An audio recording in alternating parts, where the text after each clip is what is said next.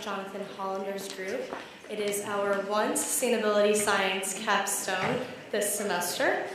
And Kevin Garrett will present his team's work on behalf of the International Emission Trading Association. Kevin?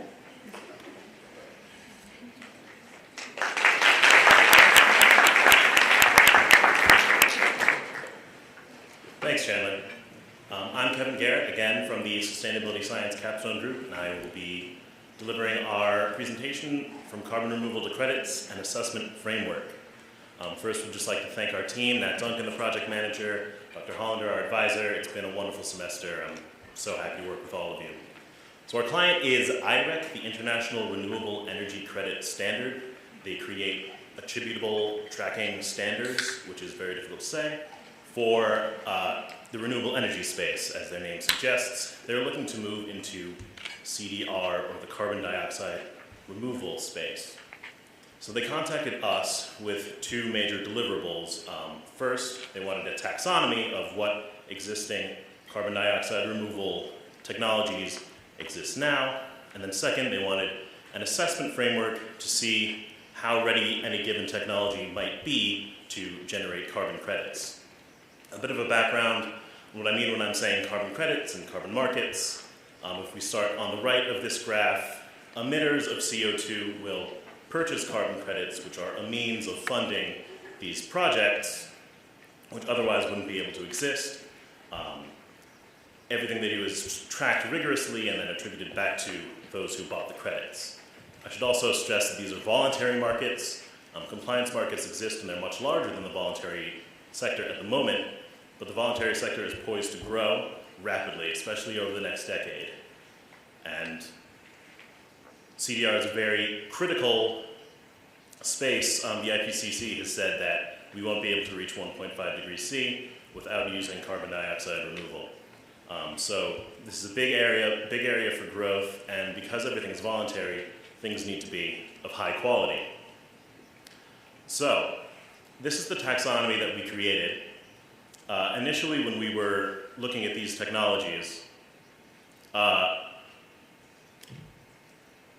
we wanted to separate carbon capture technologies from storage technologies. We realized that the two are part and parcel. Some technologies only capture CO2 and they need to be paired with storage technologies. Other technologies both capture and store CO2 as an inherent part of their use. You can also look at these technologies as some are sort of natural processes that are done at an enhanced rate, and others are sort of more based on technology themselves. Finally, some of these technologies can create secondary products, which has implications for their funding, and for the circular economy. So, given our taxonomy, we moved on to our assessment framework to try and assess these technologies. Something that we identified is that there are two main dimensions of risk for generating a credit for a given technology. The risk could be inherent to the technology itself, which is on top here, or it could be on the credit issuance side of things. For each of we developed 5 criteria for each of those dimensions for a total of 10, and developed a rating scale from 0 to 5. We tried to stick to 0 to 5 as often as we could for each criteria, but sometimes we had to change it and normalize the data afterwards. So just to run through the 10 criteria quickly, the top is TRL, Technology Readiness Level. That's a measurement of how ready a technology is to be implemented at scale. Cost per ton of removal. Capital availability, are we seeing public funding, private funding out in the marketplace for this technology? Storage and use, as I already mentioned, important part of the puzzle. Measurement, reporting, and verification, MRV. This is a way of tracking during the project. Some of these projects sound great on paper, but it's actually difficult to verify if what they're saying will be done as the project is going. Related to that are methodologies. Carbon registry methodology is the top credit issuance risk criterion. These are third-party developed ways of establishing a baseline for what the project is expected to reduce and it's compared against that during the life of the project. Additionality, could this project exist without the funding from the carbon market? Durability, aka permanence, how long will this carbon be safely sequestered? Life cycle analysis, will this technology emit a lot of CO2 as it's drawing down CO2? That wouldn't be ideal. And finally, environmental and social impacts. Will this cause harm to human health or any other negative impacts to populations? So these are two of the criteria from the previous slide, and I just wanted to talk a little bit about some of the challenges we faced as we were developing the rating scale. Certain criteria were easier to develop our 0 to 5 scale for than others. For example, cost per ton was easier to come across. Based on our literature review, we saw that over $1,000 per ton is way out there, really difficult to get funding for a project such as that, so that score is 0. Then we developed bins, moving down to our 5 score of under $75 per ton. That's what we saw as the upper bound of what some projects are reaching right now. For durability, on the other hand, it was a little bit different. So I just want to draw your attention to the gap between 2 and 4, where 2 is high reversal risk with some contingency strategies, and 4 is low to very low reversal risk. There's no scoring for 3 because the gap between those two in terms of risk is so significant that we thought in terms of the scoring it was justified to skip from 2 to 4. This is the output of our framework. On each axis we sort of transform risk to maturity, technological maturity and credit issuance maturity. And if you're scoring high on each of these criteria, you'll end up in the top right quadrant, which represents the most feasible technologies for funding.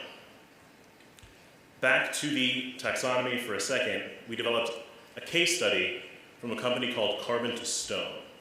They are a liquid direct air capture, or DAC, project that it uses potassium hydroxide, which bonds with CO2.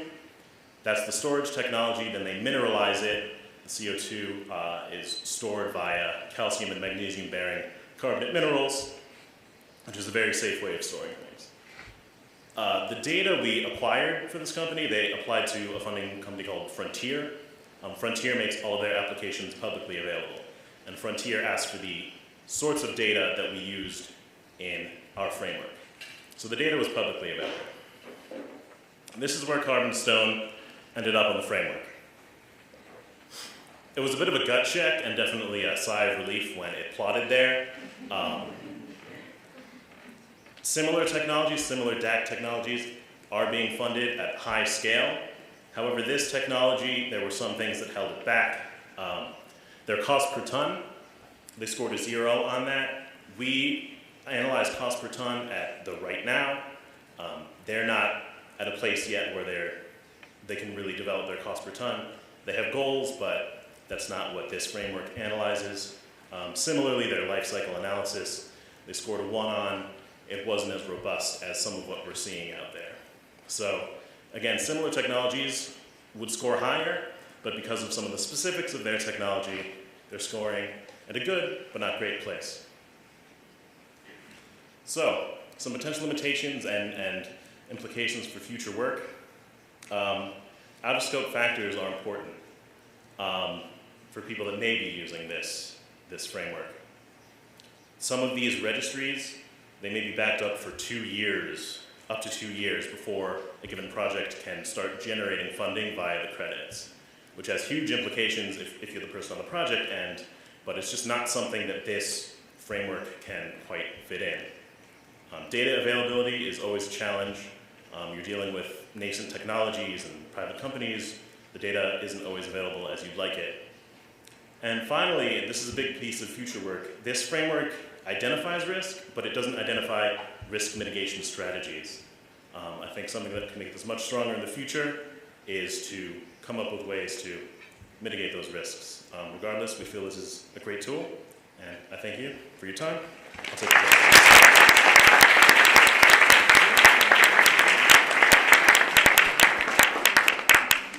Thanks so much.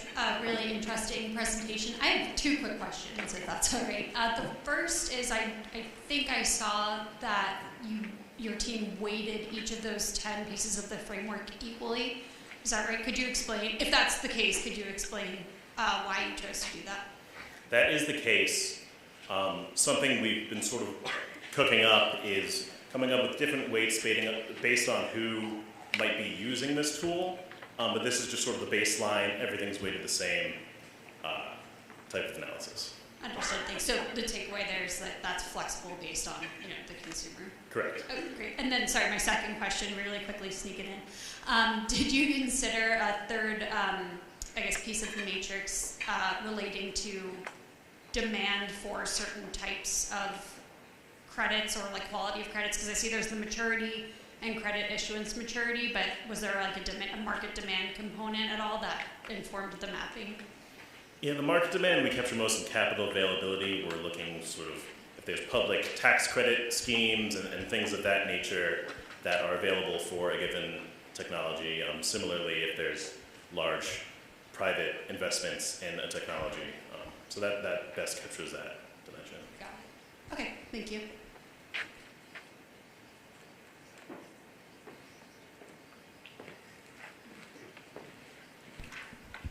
Great presentation.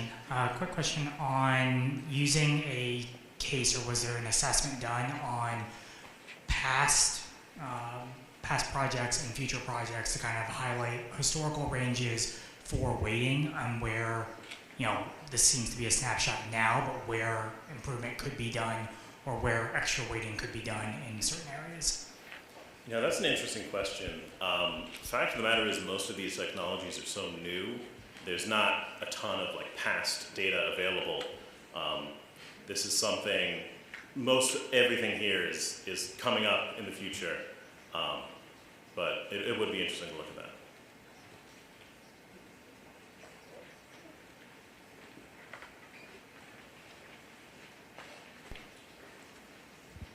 Thank you. Do you have a sense from your client as to where on the two maturity scales a technology becomes acceptable to issue credits against? The short answer is no.